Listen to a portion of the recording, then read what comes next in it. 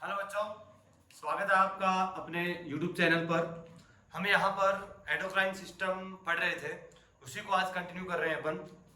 यहाँ पर आज अपना जो टॉपिक रहेगा वो हाइपोथैलेमस एंड पिट्यूटरी। क्या है हाइपोथैलेमस एंड पिट्यूटरी? तो ध्यान से एक एक चीज को सुनते जाइएगा, बहुत ही इंपॉर्टेंट है। ठीक है, चलिए देखिए बेटा, अगर अपन अपने ब्रेन को बनाए एक रफली डायग्राम, या अगर रफली अपन ब्रेन का डायग्राम बनाए कुछ इस टाइप से, ये वाला पार्ट जो कि अपना हाइपोथैलेमस है, ये लो हाइपोथैलेमस के साथ क्या अटैच है? पिट्यूटरी।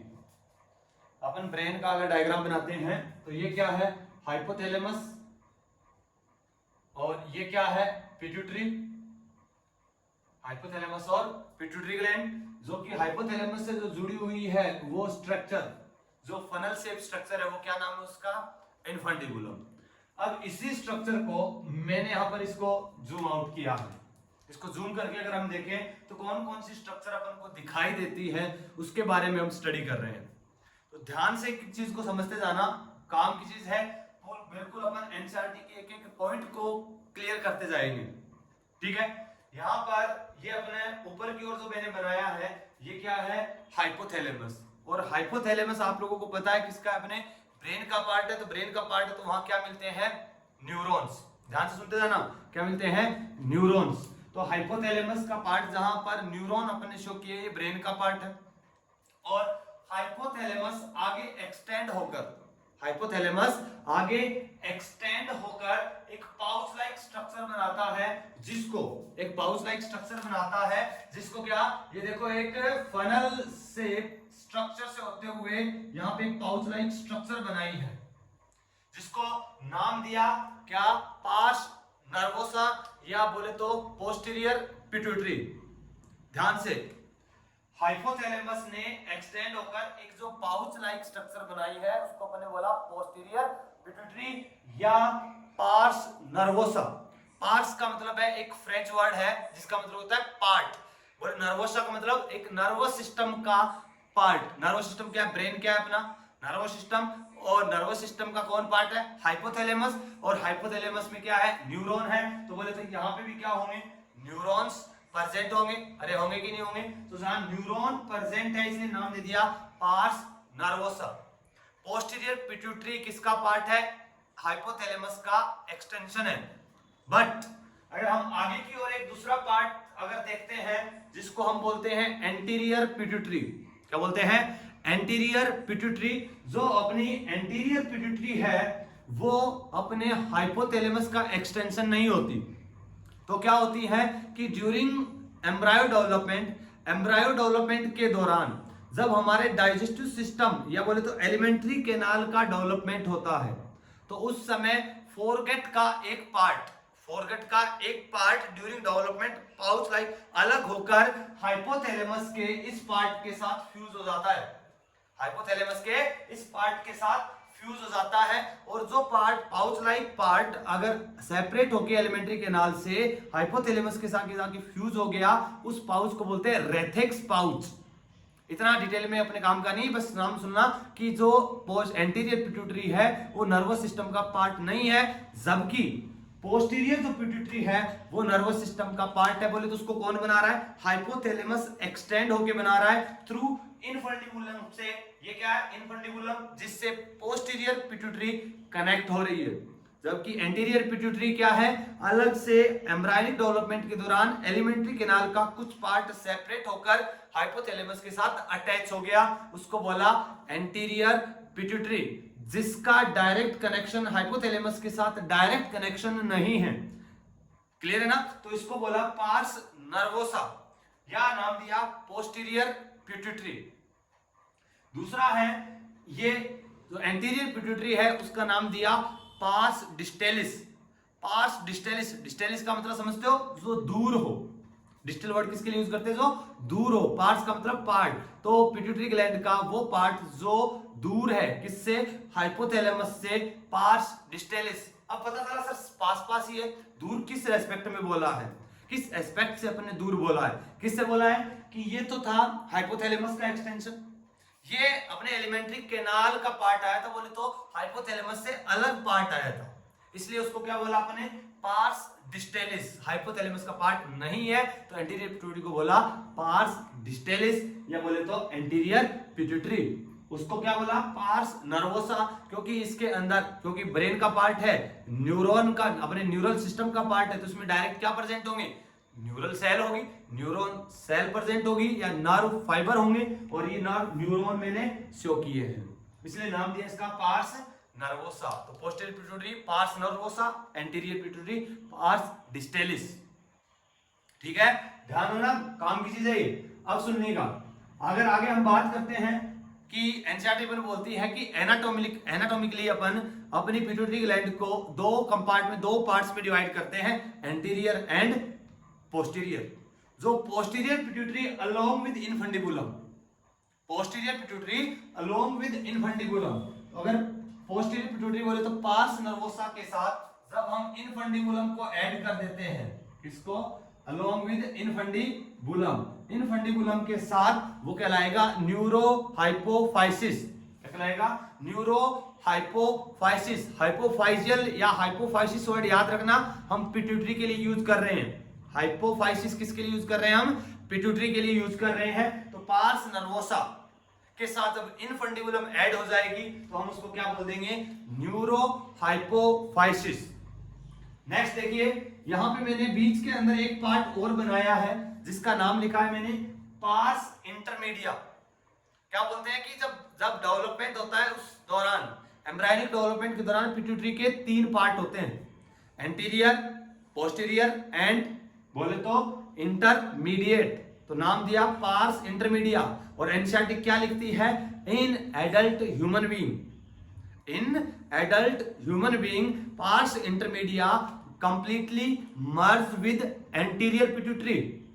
क्या बोला कि पार्स इंटरमीडिया एंटीरियर पिट्यूटरी के साथ मर्ज हो जाती है, किसमें, एडल्ट में, तो वो सेपरेट नहीं रहती। तो जब मर्ज हो गई है तो हम इसको कंसीडर करते हैं एंटीरियर पिट्यूटरी में ड्यूरिंग डेवलपमेंट, बोले तो एडल्ट के अंदर। क्लियर ना। तो जब पार्स डिस्टेलिस प्लस, बोले तो पार्स डिस्टेलिस के साथ पार्स इंटरमीडिया ऐड कर देंगे, पार्स इंटरमीडिया ऐड कर देंगे तो वो क्या कहलाएगा, एडिनो हाइपोफाइसिस। क्या कहलाएगा, एडिनो हाइपोफाइसिस। समझ में आ रही है। इसको बोला न्यूरो हाइपोफाइसिस, बोले तो जिसके अंदर नर्वस सिस्टम का पार्ट हो, न्यूरॉन प्रेजेंट हो, न्यूरो हाइपोफाइसिस। ये क्या हो गया, एडिनो हाइपोफाइसिस। तो एंटीरियर पिट्यूटरी को 2 पार्ट में डिवाइड किया, एडिनो हाइपोफाइसिस और न्यूरो हाइपोफाइसिस। तो समझ में आ गया कि एंटीरियर पिट्यूटरी के साथ, या बोले तो अपन पार्स डिस्टेलिस, 3 पार्ट में हो गया, पार्स डिस्टेलिस जो कि नर्वस सिस्टम से अलग से, बोले तो अपना एलिमेंट्री कैनाल से होके आया है, एलिमेंट्री कैनाल का कुछ पार्ट अलग होकर हाइपोथैलेमस के साथ अटैच हो गया।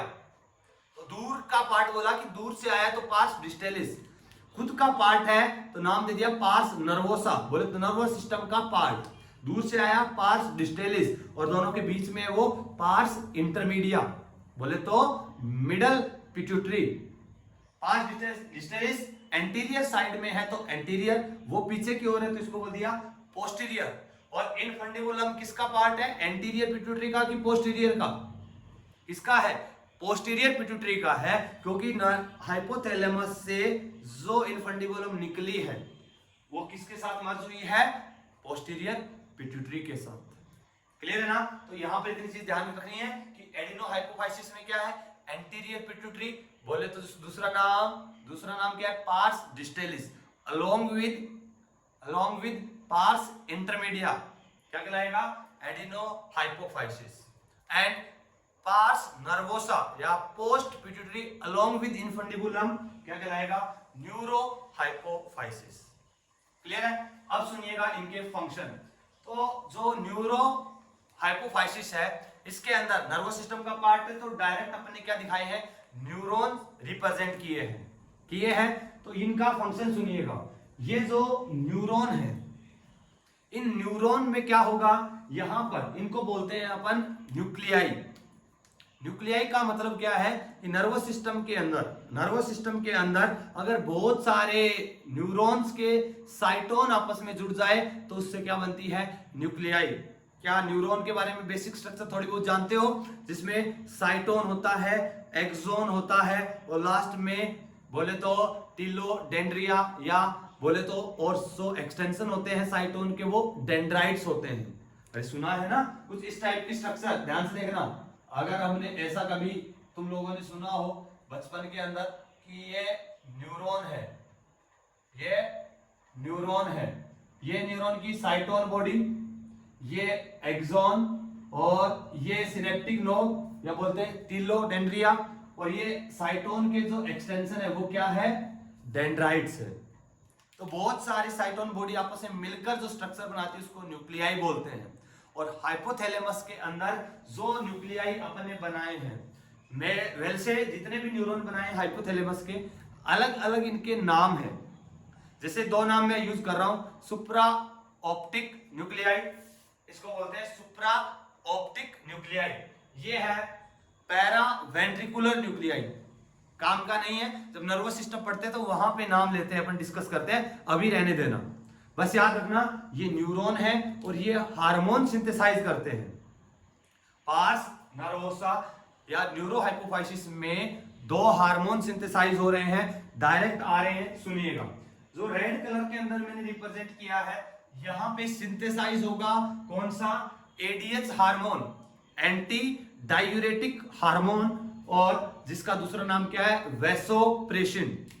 कहां होगा, सुप्रा ऑप्टिक न्यूक्लियाई बोले तो इस न्यूक्लियाई में क्या सिंथेसिस होगा, एडीएच सिंथेसाइज होगा। बोले तो कहां हो रहा है, ये कौन सा पार्ट है, हाइपोथैलेमस। कौन सा पार्ट है, हाइपोथैलेमस में ये सिंथेसाइज हो रहा है। और आगे यहां से आते हुए बोले तो ये इसका क्या है, एक्सोन। एक्सोन के टिप पर क्या है, अपने टिलोडेंड्रिया, सिनेप्टिक नोब, वेसिकल्स की फॉर्म में, यहां से फिर इनको क्या किया जाएगा, सिक्रीट किया जाएगा। सिक्रीट कहां किया है, पोस्टीरियर पिट्यूटरी पार्स नर्वोसा में। इंपॉर्टेंट चीज है, बनाया किसने है, हाइपोथैलेमस के न्यूरॉन ने। ये क्या है, हाइपोथैलेमस, इसका न्यूरॉन है, इसने बनाया एडीएच और सिक्रीट किया। दूसरा न्यूरॉन अपन ने दिखाया यहां पर, ये बना रहा है दूसरा हार्मोन जिसका नाम है ऑक्सीटोसिन। क्या नाम है, ऑक्सीटोसिन, जो सिंथेसाइज किया हाइपोथैलेमस के न्यूरॉन ने और फिर सिक्रीट किया पोस्टीरियर पिट्यूटरी में।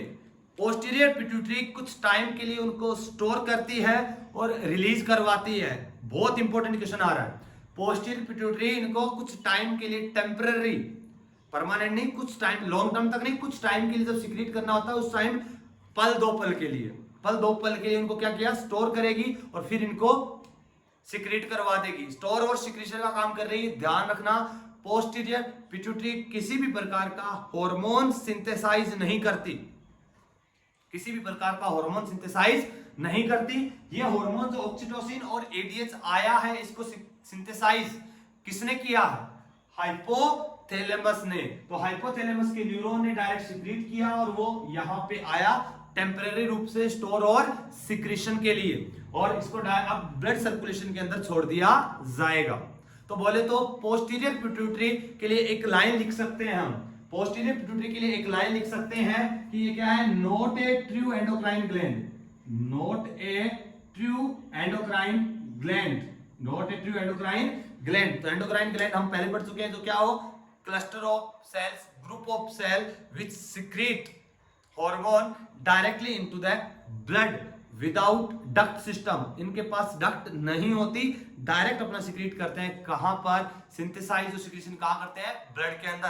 तो ये स्टोर और रिलीज कर रही है, सिंथेसाइज हाइपोथैलेमस करता है। बहुत इंपॉर्टेंट चीज है, एग्जाम में क्वेश्चन भी आया हुआ है, तो ध्यान रखना। जो मैंने लिखा भी यहां पर कि ऑक्सीटोसिन एंड एडीएच, जिसको बोलते हैं vasopressin, synthesize in hypothalamus, synthesize in hypothalamus nuclei, transfer into posterior pituitary. Synthesize वहां पे हुए, यहां पे ट्रांसफर हुए, और ये कुछ टाइम के लिए स्टोर और इसको रिलीज करेगी, सिंथेसाइज नहीं कर रही है। क्लियर है, चलो अब यहाँ पर जब एडीएच और ऑक्सीटोसिन किस केस में सिक्रेट होंगे, ये हम जब पर्टिकुलर हार्मोन के बारे में पढ़ेंगे तब डिस्कस करेंगे। फिर भी ऑक्सीटोसिन के बारे में अगर हम बात करें तो 2-3 पॉइंट मैं अभी बता सकता हूं कि जब बर्थिंग का टाइम होता है, जब मदर बच्चे को जन्म दे रही होती है, ड्यूरिंग पार्चुरेशन के दौरान यूट्रस में कॉन्ट्रैक्शन करवाने के लिए कौन रिलीज होता है, ऑक्सीटोसिन। दूसरा, सकलिंग प्रोसेस के दौरान, बोले जब मदर से न्यूबॉर्न बेबी या चाइल्ड जब मिल्क सक करता है, तो जैसे निप्पल को सक करेगा मदर की, तो उस समय क्या सिक्रेट होगा, ऑक्सीटोसिन। और अगर मेल की बात करें तो इजैकुलेशन के टाइम, सीमन इजैकुलेशन के टाइम ऑक्सीटोसिन रिलीज होता है, बोले तो स्टिमुलेट होता है, सिक्रेट होगा। क्लियर है। और वैसोप्रेशन की या एंटी डाययूरेटिक की बात करें, जब ब्लड प्रेशर कम हो जाएगा या बोले तो ब्लड वॉल्यूम कम हो जाएगा, उस केस में वैसोप्रेशन को सिक्रेट किया जाएगा। नेक्स्ट अपन आते हैं एंटीरियर पिट्यूटरी पर। एंटीरियर पिट्यूटरी अपने नर्वस सिस्टम का पार्ट नहीं है, पहले भी मैंने 2-3 बार बोला। ये क्या है, एलिमेंट्री कैनाल का ड्यूरिंग एम्ब्रायोनिक डेवलपमेंट, जो डेवलपमेंट चल रहा था, तो एलिमेंट्री कैनाल का कुछ पार्ट सेपरेट हुआ और यहाँ आके फ्यूज हो गया। तो डायरेक्ट इसके अंदर किसी भी प्रकार का न्यूरॉन नहीं है। इतने से पार्ट को मैंने अलग से बनाया, देखो ये वाला पार्ट जहां पर डायरेक्ट कोई न्यूरॉन नहीं है, लेकिन ये एंटीरियर पिट्यूटरी हार्मोन सिंथेसाइज भी करती है, सिक्रीट भी करती है। पोस्टीरियर पिट्यूटरी किसी भी प्रकार का हार्मोन सिंथेसाइज नहीं करती, एंटीरियर सिंथेसाइज भी करती है और सिक्रीट भी करती है। और कैसे सिंथेसाइज करेगी, सिक्रीशन करेगी, सुनते रहिए। अब यहां पर ये एंटीरियर पिट्यूटरी बनाया। वैसे बात करें, अपन एनसीईआरटी भी बोलती है कि posterior pituitary direct neural control में रहती है। न्यूरल कंट्रोल का मतलब है कि हाइपोथैलेमस से जो न्यूरॉन है वो डायरेक्ट पोस्टीरियर पिट्यूटरी में है और उसके फंक्शन को कंट्रोल कर रहे हैं। यस, कर भी रहे हैं। क्या एडीएच और ऑक्सीटोसिन रिलीज हुए हैं, कहां से, हाइपोथैलेमस से। हाइपोथैलेमस के पास मैसेज होगा तब वो सिक्रीट करेगी और पोस्टीरियर पिट्यूटरी के फंक्शन को कंट्रोल करेगी। सिक्रीट करेगी तभी तो वो आगे रिलीज कर पाएगी, बोले तो सिंथेसाइज करेगी तभी तो आगे सिक्रीट या रिलीज कर पाएगी। कौन कर रहा है, हाइपोथैलेमस। तो हाइपोथैलेमस पोस्टीरियर पिट्यूटरी को डायरेक्ट अपने अंडर कंट्रोल रखता है, डायरेक्ट कंट्रोल करता है। अब बात करें एंटीरियर पिट्यूटरी की, तो एंटीरियर जो पिट्यूटरी है उसको कैसे कंट्रोल करा था, डायरेक्ट हाइपोथैलेमस इसको कंट्रोल नहीं करता, लेकिन ध्यान से, एंटीरियर पिट्यूटरी को डायरेक्ट हाइपोथैलेमस कंट्रोल नहीं करता, लेकिन इनडायरेक्ट एंडोक्राइन सिस्टम के थ्रू, एंडोक्राइन पार्ट के थ्रू उसको कंट्रोल करता है। बोले तो जब हाइपोथैलेमस के पास इंफॉर्मेशन होगी, मैसेज जाएगा, स्टिमुलेशन जाएगा, तो वो कुछ फैक्टर रिलीज करेगा, कुछ हार्मोन रिलीज करेगा। वो हार्मोन आएंगे एंटीरियर पिट्यूटरी के पास, फिर एंटीरियर पिट्यूटरी की जो सेल्स है, क्योंकि ग्लैंड है ये, तो इसकी सेल को स्टिमुलेशन मिलेगा, फिर ये सेल क्या बनाएगी, हार्मोन सिंथेसाइज करेगी, फिर उनका सिक्रीशन होगा। डायरेक्ट कंट्रोल नहीं है कि नर्वस सिस्टम का पार्ट नहीं है। इनडायरेक्ट कैसे, ये जो न्यूरॉन अपने दिखाए हैं, ये कुछ केमिकल, कुछ फैक्टर, कुछ हार्मोन, बात एक ही है। फैक्टर बोलते हैं, हार्मोन बोलते हैं, कुछ केमिकल सिक्रीट करेगी, जिससे एंटीरियर पिट्यूटरी के अंदर क्या होगा, स्टिमुलेशन जाएगा कि हार्मोन सिक्रीट करना है, सिंथेसाइज करना है। तो एनसीईआरटी ने गजब की लाइन बोली है, सुनिएगा। Posterior pituitary gland is under direct neural control of the hypothalamus, कि पोस्टीरियर पिट्यूटरी डायरेक्ट हाइपोथैलेमस के अंडर कंट्रोल है, क्योंकि उसमें नर्वस सिस्टम है, नर्वस सिस्टम का पार्ट है पोस्टीरियर पिट्यूटरी, डायरेक्ट न्यूरॉन आ रहे हैं, फंक्शन कंट्रोल कर रहे हैं। Next, anterior pituitary gland is controlled by several hypothalamic hormone. Direct hypothalamus control नहीं करता, हाइपोथैलेमस कुछ हार्मोन, बोले तो कुछ फैक्टर रिलीज करता है। वो फैक्टर एंटीरियर पिट्यूटरी के पास जाएंगे, उनकी सेल्स को स्टिमुलेशन देंगे, फिर वो हार्मोन सिंथेसाइज करती है। तो anterior pituitary gland is controlled by several hypothalamic hormone, जैसे रिलीजिंग हार्मोन, बोले तो रिलीजिंग हार्मोन या रिलीजिंग फैक्टर हाइपोथैलेमस ने रिलीज किया तो एंटीरियर पिट्यूटरी की सेल के पास मैसेज आएगा कि वो हार्मोन रिलीज करवाएगी, ब्लड में ट्रांसपोर्ट करेगी और साइट ऑफ एक्शन पर भेजा जाएगा। अगर इनहिबिशन हार्मोन, इनहिबिशन फैक्टर आया तो एंटीरियर पिट्यूटरी की सेल हार्मोन नहीं बनाएगी तो इंफॉर्मेशन आगे ट्रांसमिट नहीं करनी होगी, तो सिक्रीशन सिंथेसिस रुक जाएगा। Releasing hormone and inhibitory hormone which reaches the anterior pituitary through the hypophyseal portal system। hypophyseal word use किया अपन ने पिट्यूटरी के लिए। hypophyseal portal system, हम पोर्टल सिस्टम अपनी बॉडी में 3 टाइप के मिलते हैं। एक होता है हिपेटिक पोर्टल सिस्टम, एक है रीनल पोर्टल सिस्टम और तीसरा आ गया hypophyseal portal system. Portal system कभी अलग से क्लास लेके तीनों को एक साथ डिस्कस करेंगे, अभी पोर्टल सिस्टम को नहीं पढ़ना अपन को। अभी तुम तो डायरेक्ट याद रखना, यहाँ ब्लड कैपिलरीज है और ये पोर्टल वेन है कि जो यहाँ पर न्यूरॉन है, ये न्यूरॉन है, ये जो हार्मोन फैक्टर केमिकल सिक्रीट करेंगे वो यहां से आते हुए कहां पर आएंगे, एंटीरियर पिट्यूटरी के पास। तो एंटीरियर पिट्यूटरी के पास इस वेन से होते हुए आए हैं, इस ब्लड वेसल से होते हुए आए हैं। इस ब्लड वेसल का नाम दिया है हाइपोफिजियल पोर्टल सिस्टम। ये कैपिलरीज बीच में पोर्टल वेन, तो यहां से होते हुए वो एंटीरियर पिट्यूटरी के पास आएंगे। एंटीरियर पिट्यूटरी के पास क्या है बेटा, इनकी सेल, और सेल सिक्रीट करेगी। कैसे करेगी, अगर सेल होगी, सेल के पास न्यूक्लियस में डीएनए के पास स्टिमुलेशन मिला कि आपको हार्मोन सिंथेसाइज करवाना है, तो वो सेल क्या करेगी, आरएनए बनाएगी। आरएनए से प्रोटीन, और मोस्ट ऑफ द हार्मोन किस नेचर के हैं, प्रोटीन नेचर के हैं, तो वो प्रोटीन हार्मोन ही बने बोले तो डीएनए के अंडर कंट्रोल। लेकिन तभी बनाएगी जब हाइपोथैलेमस से कोई रिलीजिंग फैक्टर आएगा, ब्लड वेसल से होता हुआ, हाइपोफिजियल पोर्टल सिस्टम से होता हुआ एंटीरियर पिट्यूटरी के पास, उसकी सेल फिर हार्मोन सिंथेसाइज करेगी और सिक्रीट करेगी। अरे क्लियर है ना। तो एंटीरियर पिट्यूटरी डायरेक्ट हाइपोथैलेमस के कंट्रोल में नहीं है, वो कुछ रिलीजिंग और इनहिबिटरी फैक्टर रिलीज करेगी, वो एंटीरियर पिट्यूटरी में आएंगे, इसको स्टिमुलेशन देंगे कि बनाना है कि नहीं बनाना। क्लियर है। जैसे अगर बात करें टोटल, अगर पिट्यूटरी से बात करते हैं तो 9 हार्मोन सिंथेसाइज होते हैं। कितने हैं, 9। उसमें से 2 है पोस्टीरियर के, पोस्टीरियर बोला तो सिंथेसाइज नहीं करती, हाइपोथैलेमस सिंथेसाइज करता है, ऑक्सीटोसिन और एडीएस।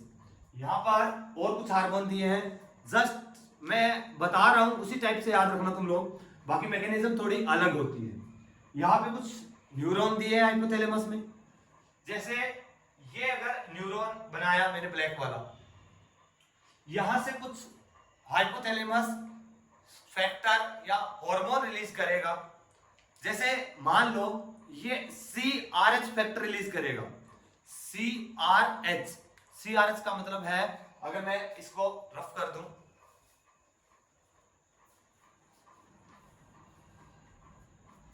अगर हम बात करें CRH बोले तो कॉर्टिको रिलीजिंग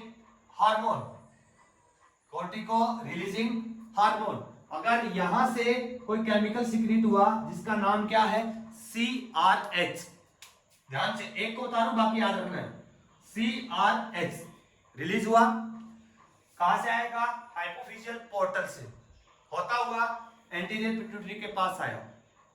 एंटीरियर पिट्यूटरी की मान लो यहां कोई सेल थी, इस सेल के पास वो आया, उसने इंफॉर्मेशन दिया कि अब रिलीज करवाना है, स्टिमुलेशन दिया। तो यहां की ये जो सेल है, कौन सा आया था, कोर्टिको रिलीजिंग हार्मोन या कोर्टिकोट्रोप रिलीजिंग हार्मोन या कोर्टिकोट्रोपिक रिलीजिंग हार्मोन। तो ये जो सेल है इसका नाम है कोर्टिकोट्रोप सेल। इस सेल के पास इंफॉर्मेशन आई और ये क्या सिंथेसाइज करवाएगी, ACTH, एड्रिनो कोर्टिकोट्रोपिक हार्मोन।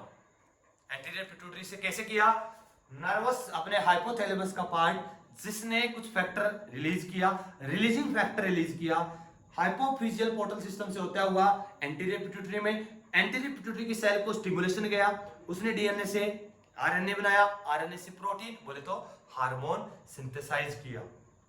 क्लियर है? जैसे मैंने एक हार्मोन बोल दिया एसीटीएस, एड्रिनो कोर्टिकोट्रोफिक हार्मोन। इसी प्रकार हर एक के लिए रिलीजिंग फैक्टर आएगा। बात करें ग्रोथ हार्मोन की, तो पहले यहां से ग्रोथ हार्मोन के लिए रिलीजिंग फैक्टर आएगा, बोले तो growth hormone releasing factor GHRH, blood से होता हुआ एंटीरियर पिट्यूटरी। एंटीरियर पिट्यूटरी की पर्टिकुलर सेल होगी जो ग्रोथ हार्मोन बनाती है, उसको स्टिमुलेशन जाएगा, वो बनाएगी ग्रोथ हार्मोन, या बोले तो सोमैटोट्रोफिक हार्मोन, GH, ग्रोथ हार्मोन को सिंथेसाइज करेगी। जैसे एक अपने लिख दिया ग्रोथ हार्मोन। नेक्स्ट अपने लिखा प्रोलैक्टिन, या जिसको बोलते हैं लैक्टोट्रोफिक हार्मोन, या PRL से रिप्रेजेंट करेंगे क्या, प्रोलैक्टिन। PRL का मतलब प्रोलैक्टिन और लैक्टोट्रोफिक।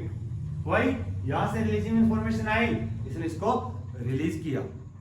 नेक्स्ट एसीटीएस अपन पढ़ चुके हैं, तो एक हो गया, 2, 3, और आगे बात करें GnRH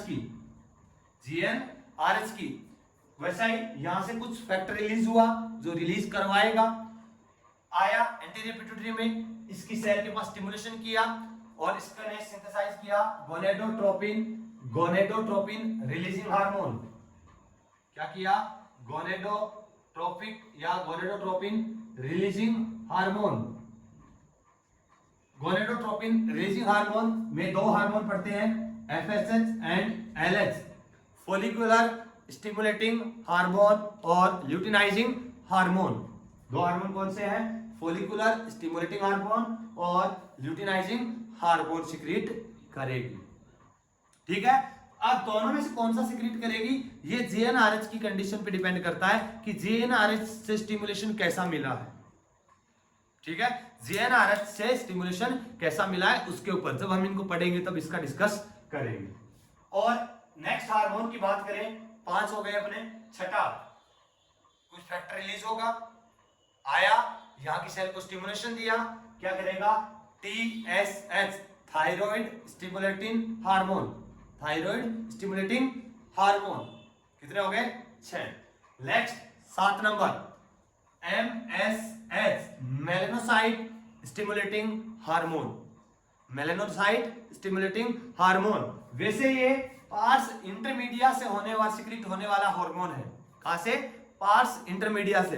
लेकिन एडल्ट के अंदर क्या बोलते हैं कि एडल्ट ह्यूमन के अंदर parse intermedia completely merge with anterior pituitary, तो हम इसको एंटीरियर पिट्यूटरी के अंदर पढ़ते हैं। तो एंटीरियर पिट्यूटरी में टोटल 7 हार्मोन, पूरी पिट्यूटरी है टोटल 9 हार्मोन, उसमें से 2 हाइपोथैलेमिक हार्मोन, 7 एंटीरियर पिट्यूटरी। लेकिन इनडायरेक्टली कंट्रोल कौन कर रहा है? हाइपोथैलेमस। तो ये सारे हार्मोन रिलीज करेगी। पिट्यूटरी को बोलते हैं मास्टर ग्लैंड, पिट्यूटरी को बोलते हैं मास्टर ग्लैंड, और हाइपोथैलेमस को बोलते हैं मास्टर ऑफ मास्टर ग्लैंड। कि पिट्यूटरी फंक्शन को कंट्रोल कर रही है हार्मोन को सिक्रीट करके, लेकिन उसका भी मास्टर कौन है? हर मास्टर का एक मास्टर है, बोले तो हाइपोथैलेमस। कोच का भी कोच होता है। चलिए भाई, कोर्टिको ये कहा दिया अपना, यहां पर रिलीजिंग हार्मोन। अब यहां पर हाइपोथैलेमस के अंदर एंटीरियर पिट्यूटरी से, क्योंकि पोस्टीरियर पिट्यूटरी से 2 है, एडीएच और वेसोप्रेसिन, सॉरी एडीएच और वेसोप्रेसिन नाम एक ही है, दूसरा है ऑक्सीटोसिन। ये तो वो खुद रिलीज कर रहा है, जैसे स्टिमुलेशन मिलेगा उसके हिसाब से उसको सिक्रीट करेगा, सिंथेसाइज करेगा। क्लियर है? अब हाइपोथैलेमस एंटीरियर पिट्यूटरी के फंक्शन को कैसे कंट्रोल कर रहा है? कैसे कर रहा है बताया था, रिलीजिंग हार्मोन या releasing factor, inhibitory factor synthesize करके।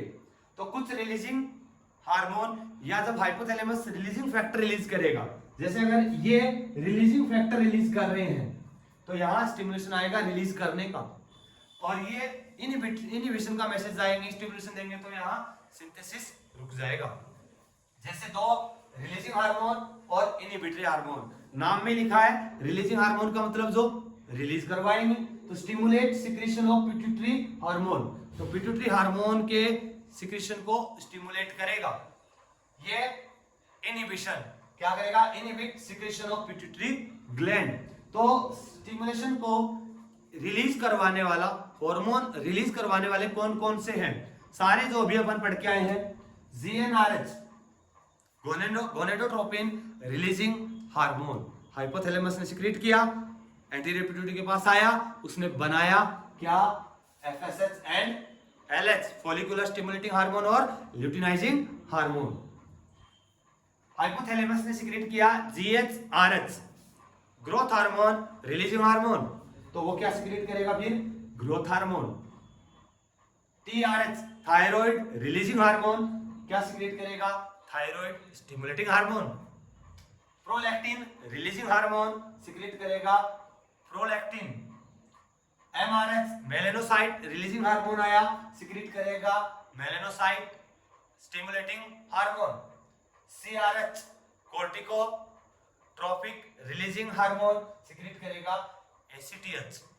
सारे रिलीजिंग फैक्टर है हाइपोथैलेमस से, और ये पिट्यूटरी ग्लैंड अपने हार्मोन बना रही है हाइपोथैलेमस के अंडर कंट्रोल। अब इनहिबिटरी हार्मोन जो क्या करेंगे, इनहिबिट करते हैं कि अब नहीं बनाना। जब ग्रोथ हार्मोन की रिक्वायरमेंट नहीं है तो हाइपोथैलेमस क्या सिक्रीट करेगा, ग्रोथ हार्मोन इनहिबिशन हार्मोन, तो क्या कर देगा, ग्रोथ हार्मोन को इनहिबिट कर देगा, सिंथेसाइज नहीं होगा, तभी तो एक पर्टिकुलर एज तक ग्रोथ होती है। नेक्स्ट एमआईएच मेलेनोसाइट इनहिबिटिंग हार्मोन, किसको इनहिबिट करेगा, मेलेनोसाइट स्टिमुलेटिंग हार्मोन, नहीं बनने देगा। नेक्स्ट प्रोलैक्टिन इनहिबिशन हार्मोन, किसको सिक्रीट करेगा, इनहिबिट करेगा, प्रोलैक्टिन। एक नाम है डोपामिन, डोपामिन इंपॉर्टेंट है जो कि प्रोलैक्टिन हार्मोन का इनहिबिटरी हार्मोन है, बाकी तो नाम में लिखा हुआ है। Growth hormone inhibitory hormone, growth hormone को इनहिबिट करेगा, क्लियर है। एमआईएच एमएसएच को इनहिबिट करेगा। नेक्स्ट है पीआईएच प्रोलैक्टिन इनहिबिशन हार्मोन, जो कि डोपामिन जो इनहिबिट करेगा प्रोलैक्टिन को। नेक्स्ट अभी अपन ने स्टिमुलेशन के लिए 1 2 3 4 5 6 7 6 अपन ने हार्मोन देख लिए कि ये रिलीज हाइपोथैलेमस सिक्रीट कर रहा है, जिससे सिक्रीशन हो रहा है या रिलीज हो रहा है। लेकिन इनहिबिशन के अंदर हमने सिर्फ 3 ही देखे हैं, इनहिबिशन में हमने सिर्फ 3 ही देखे हैं। 3 ही क्यों देखे, बाकी का कौन करेगा। जैसे अपने बच गया थायराइड के लिए बच गया, एसीटीएच के लिए बच गया और जीएनआरएच के लिए बच गया, इन सब के लिए बाकी रह गया। ये कैसे स्टॉप करेगा, इनका कंट्रोल होता है नेगेटिव फीडबैक मैकेनिज्म। कैसे, अगर किसी सेल के पास टारगेट ऑर्गन के पास अब मान लो एफएसएच की एक्टिविटी सप्रेस करनी है, तो उसके पास एफएसएच सफिशिएंट है, अब और नहीं चाहिए, तो वहां से स्टिमुलेशन जाएगा, नेगेटिव फीडबैक जाएगा कि जीएनआरएच सेल को मैसेज दिया जाए कि वो और एफएसएच और एलएच ना बनाए। नेगेटिव फीडबैक भेजेगा जहां अमाउंट ज्यादा होगी, जैसे बड़ी नेगेटिव फीडबैक गया और हाइपोथैलेमस उनको इनहिबिट कर देगा। इन 3 तो इनहिबिटरी हार्मोन होते हैं, बाकी सबको नेगेटिव फीडबैक मैकेनिज्म द्वारा कंट्रोल किया जाता है कि अगर ज्यादा है, अब जरूरत नहीं है, तो वहीं से मैसेज जाएगा कि अब स्टिमुलेशन को रोका जाए। कमी हुई, इन मैसेज आएगा कि क्या करो, वापस सिंथेसाइज करना शुरू कर दो। ठीक है, तो ये है हाइपोथैलेमस और पिट्यूटरी के बारे में। कुछ एक इंफॉर्मेशन और मिलेगी कि पिट्यूटरी एक स्मॉलेस्ट एंडोक्राइन ग्लैंड है और शेप होती है इसकी P shape, smallest endocrine gland P shape, मटर के दाने के जैसी। ठीक है, और एंडोक्राइन ग्लैंड हो गई, मास्टर ग्लैंड भी कहते हैं। दूसरा एक पढ़ोगे, नाम याद रखना एक बार कि एक जो इसकी लोकेशन है, इसकी पोजीशन है, वो होती है अपनी क्रेनियल, बोले तो अपनी खोपड़ी में, क्रेनियल कैविटी में, क्रेनियल कैविटी का फ्लोर फर्श बनाने वाली बोन है, उस बोन को बोलते हैं स्फिनोइड बोन। कौन बनाती है फ्लोर, स्फिनोइड बोन, और वो इस प्रकार से कर्व्ड होती है और यहाँ पे कैविटी बनती है। इस कैविटी का नाम है बेटा सेला टर्सिका। क्या नाम है, सेला टर्सिका। और इस सेला टर्सिका में क्या है, अपनी पिट्यूटरी ग्लैंड प्रेजेंट है। लोकेशन पूछे तो क्रेनियल कैविटी के अंदर उसके फ्लोर पर स्फिनोइड बोन है, स्फिनोइड बोन की जो सेला टर्सिका है उसके अंदर उसकी पोजीशन है।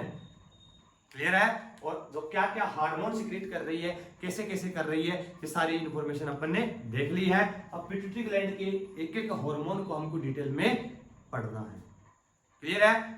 ध्यान से एक चीज को समझते हुए अभी एनसीईआरटी की लाइन पढ़ना, सारी क्लियर हो जाएगी। एक लाइन सबसे पहले जब पढ़ोगे हाइपोथैलेमस पिट्यूटरी ग्लैंड की टॉपिक पढ़ोगे तो वहां मिलेगा कि जो हाइपोथैलेमस है वो डायनसिफेलोन का बेसल पार्ट है। ये हम नर्वस सिस्टम के अंदर समझेंगे कि डायनसिफेलोन क्या है। डायनसिफेलोन का बेसल पार्ट कौन है? हाइपोथैलेमस। बाकी एनसीईआरटी एक एक लाइन पढ़ना, सारे पॉइंट क्लियर हो जाएंगे। बहुत इंपॉर्टेंट चीज है। ठीक है, आज के लिए इतना ही, मिलते हैं ब्रेक के बाद, तब तक के लिए टाटा बाय बाय।